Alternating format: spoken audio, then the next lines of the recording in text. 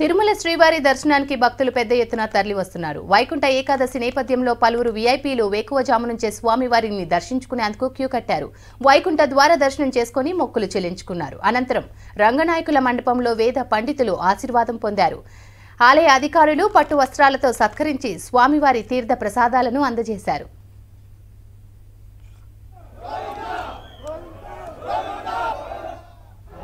వైకుంఠ ఏకాదశి పర్వదినంలో వైకుంఠ ద్వార దర్శనం మొదటి రోజు స్వామివారి కైంకర్యాలన్నీ ముగిసిన తర్వాత తిరుప్పావై అర్చన తోమాల 2 గంటలు అయిన తర్వాత ఎగ్జాక్ట్గా 1 గంట 30 నిమిషాలప్పుడు అంటే 1:30 ఈరోజు అర్లీ మార్నింగ్ విఐపి దర్శనం మొదలుపెట్టడం జరిగింది. విఐపి టోకన్స్ కరెక్ట్గా 4008 ఇవ్వటం జరిగింది. 4008 విఐపి టోకన్స్లో 3850 వరకు మాత్రమే కొనుగోలు చేశారు. మిగతా 150 టికెట్లు కొనుగోలు చేయలేదు. ఈ విఐపి స్లాట్ 1:30కు 1:45 మొదలైంది.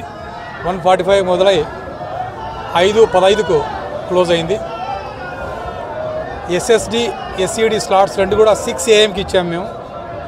కానీ 45 నిమిషాల ముందే వాళ్లకు ఇచ్చినటువంటి స్లాట్కు దాదాపు 45 నిమిషాల ముందు ఎస్ఎస్డిని ఎస్ఈడిని వదలడం జరిగింది.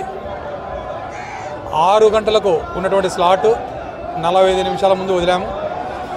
ఇప్పటి నుంచి ప్రతి స్లాట్ కూడా 1.5 అవర్ ముందు తీసుకొని వైకుంఠంలో కూర్చోబెట్టుకొని వాళ్ళకు భక్తులకు మంచి దర్శనం చేయించి వైకుంఠ ద్వార దర్శనం పంపించే విధంగా అన్ని ఏర్పాట్లు చేస్తున్నాం.